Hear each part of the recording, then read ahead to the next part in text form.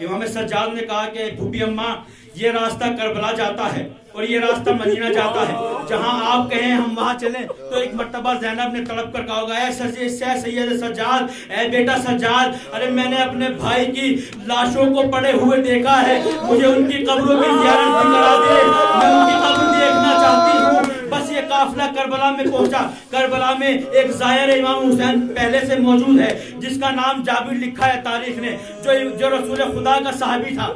وہ کربلا میں آ کے امام حسین کی قبر کا زائر بنا۔ جب وہ امام حسین کی قبر سے لپٹا ہوا بین کر رہا تھا، رو رہا تھا، ایک مرتبہ روتے روتے غش آیا، بے ہوش ہوا، بے ہوشی کے عالم میں کیا دیکھتا ہے کہ امام حسین خواب میں آئے ہیں اور خون میں غلطہ ہے، خون زخموں سے جاری ہے۔ ایک مرتبہ امام کو پہچان نہ پایا، لیکن جب پہچانا تو کہتا ہے مولا کیا بات ہے، میرے مولا کیا بات ہے، کوئی حکم ہے میرے لائق؟ تو ایک مرتبہ امام کہتے ہیں جابر میری قبر کو چھوڑ دے، میری قبر سے دور چلا جا جابر، میری قبر سے دور چلا جا۔ جابر کہتا ہے مولا کوئی خطا ہو گئی، مولا کوئی غلطی ہو گئی۔ نہیں جابر تیری کوئی تجھ سے کوئی خطا نہیں۔ ارے جابر میری مسافر شام پہ ہے، زینب آ رہی ہے۔ جزاکم زہرا، جزاکم زہرا۔ ارے جابر میری مسافر شام بہن زینب آ رہی ہے، میں نہیں چاہتا کوئی نامحرم اس کی آواز کو سنے۔ عزادارو سنو گے جملہ، جابر قبر چھوڑ کر دور چلا گیا۔ جیسے ہی یہ قافلہ کربلا میں داخل ہوا، جناب زینب نے اپنے آپ کو ناکے سے گرایا، زینب نے اپنے آپ کو ناکے سے گرایا۔ ارے یہ کوئی پہلی مرتبہ نہیں ہے کہ زینب ناکے سے گر رہی ہے۔ 11 محرم کو بھی زینب ناکے سے گری، لیکن کیفیت عجیب تھی۔ جب 11 محرم کو زینب ناکے سے گری تو ہاتھ پسے گردن بندھے، ہاتھ پسے گردن بندھے ہوئے تھے۔ آج زینب ناکے سے گری، امام کی قبر پہ آئی، بیان کرنا شروع کیا، بیان کرنا شروع کیا۔ اے بھیا تجھے سفر بتاؤں، میرا سفر کیسے گزرا۔ اے بھیا شرابیوں کا دربار تھا، زینب اے بھیا شامیوں کا دربار تھا، زینب کے سر پر چادر نہ تھی۔ اے بھیا تیرے مقصد کو پایان تک پہنچا کر آئی ہوں، تیری قربانی کو رائے گا نہیں جانے دیا۔ لیکن بھیا ایک چیز کی معافی چاہتی ہوں، ایک چیز کی معافی چاہتی ہوں۔ جو امانت تو نے مجھے شب عاشور سونپی تھی، وہ امانت ہو کر آئی، وہ امانت شام کے زندان میں دفنا کر آئی ہوں۔ بس اس عزادارو یہ باتیں ہو رہی تھی۔ جابر ایک کونے میں کھڑے ہوئے تھے، جو جابر کے ساتھ ایک آدمی کھڑا ہوا تھا جو جابر کا دوست تھا۔ جابر اس سے کہتے ہیں اے بھائی ذرا یہ تو بتا اس قافلے میں کوئی مرد بھی نظر آ رہا ہے؟ کہا ہاں جابر ایک مرد نظر آ رہا ہے۔ کہا تو اس مرد کو میرے پاس تک بلا سکتا ہے؟ کہا جابر میں اس مرد کو بلا نہیں سکتا، میرے میں جرت نہیں، میرے میں حوصلہ نہیں کہ اس شخص سے جا کر کہوں کہ جابر کے پاس آ جا۔ جابر کہتے ہیں کیا ہوا، کیا بات ہے؟ کیوں جابر نابینا ہے نا؟ جابر کہتے ہیں کیا بات ہے؟ اے جابر وہ شخص بہت ضعیف ہے جس کی داڑھی سفید ہو گئی، جس کے سر کے بال سفید ہو گئے۔ اے جابر ایسا لگتا ہے جب چلتا ہے تو بڑی مشقت سے قدم اٹھاتا ہے، بڑی مشکل سے قدم اٹھاتا ہے۔ جابر کہتے ہیں اچھا اس کے پاس تک مجھے لے کر چل، اگر وہ نہیں آتا تو مجھے لے کر چل۔ جابر جیسے امام کے قریب آئے، امام سے پوچھا اے شخص تم کون ہو؟ امام فرماتے ہیں میں علی ابن الحسین ہوں، میں حسین کا بیٹا ہوں۔ پر جیسے ہی جناب سجاد کا نام سنا، جابر نے باہوں میں باہیں ڈالی اور گریہ کرنا شروع کیا۔